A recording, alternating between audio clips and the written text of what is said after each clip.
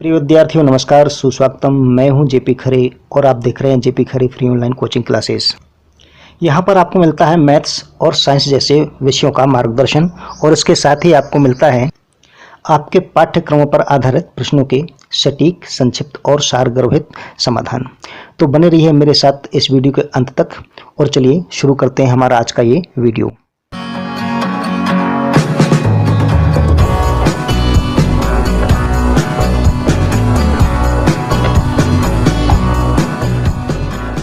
प्रिय विद्यार्थियों, आज मैं आपको समझाऊंगा आपकी 10th क्लास एमपी बोर्ड से एक क्वेश्चन, प्रायिकता का क्वेश्चन है यह, यानी कि प्रोबेबिलिटी का।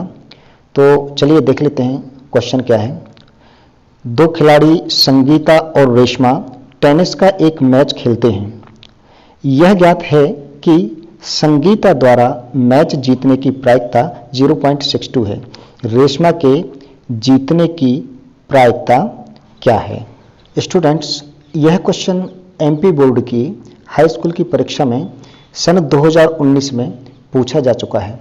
इस दृष्टि से यह क्वेश्चन एक महत्वपूर्ण क्वेश्चन है। तो चलिए इसको हम सॉल्व करते हैं।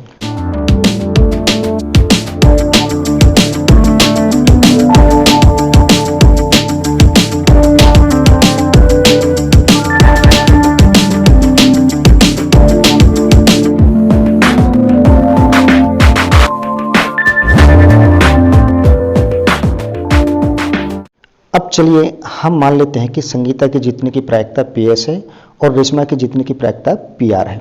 तो यहाँ PS बराबर 0.62 और रेशमा के जीतने की प्रायिकता जो हमने मानी है PR, वह हमें ज्ञात करनी है। स्टूडेंट्स, क्या हम संगीता के जीतने की प्रायिकता को PS के स्थान पर कुछ और लिख सकते थे क्या? उत्तर है बिल्कुल। इसी प्रकार क्या हम रेशमा के द्वारा मैच जीतने की प्रायिकता को PR के स्थान पर कुछ और लिख सकते थे? बिल्कुल लिख सकते थे।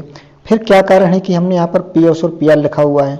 कारण ये है, ये P जो है, P प्रोबेबिलिटी शब्द है, यानी कि प्रायिकता को सूचित करता है, और जो S है, S फॉर संगीता, तो संगीता का फर्स्ट लेटर S ले लिया गया है। इसी प्रकार से रेशमा के जीतने की प्रायिकता में P प्रायिकता का सूचक है और R जो है रेशमा नाम का पहला लेटर यानी कि R है।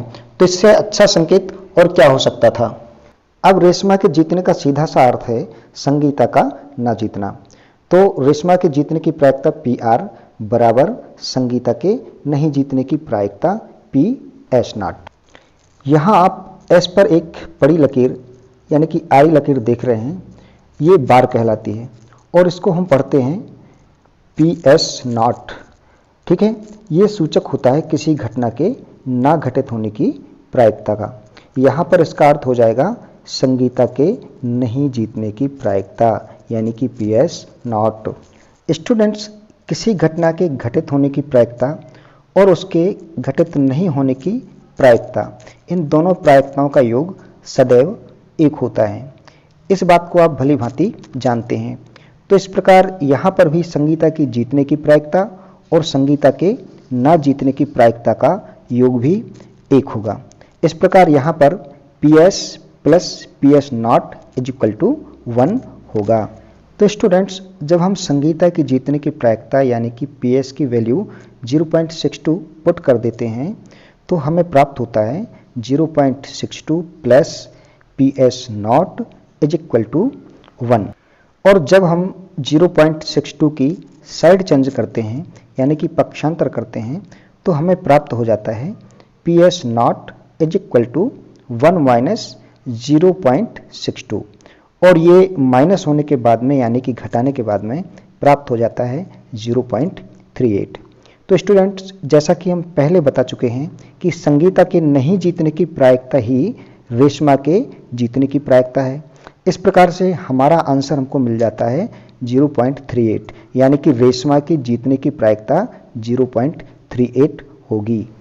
तो प्रिय छात्र छात्राओं, कैसा लगा आपको आज का ये वीडियो? कमेंट के माध्यम से ज़रूर बताएं। मेरे लिए ये एक बिल्कुल नया ही अनुभव है, बिना पेन और कागज़ के सिर्फ एडिटिंग के माध्यम से ये वीडियो बनाना। इस विषय में आपका अपना अनुभव क्या है, आप ज़रूर मुझे कमेंट के माध्यम से बताएं। फिलहाल मुझे इजाज़त दें, मैं जल्द मिलूंगा आपसे एक नए वीडियो और एक नए प्रश्न के साथ। तब तक के लिए अपना ध्यान रखिए।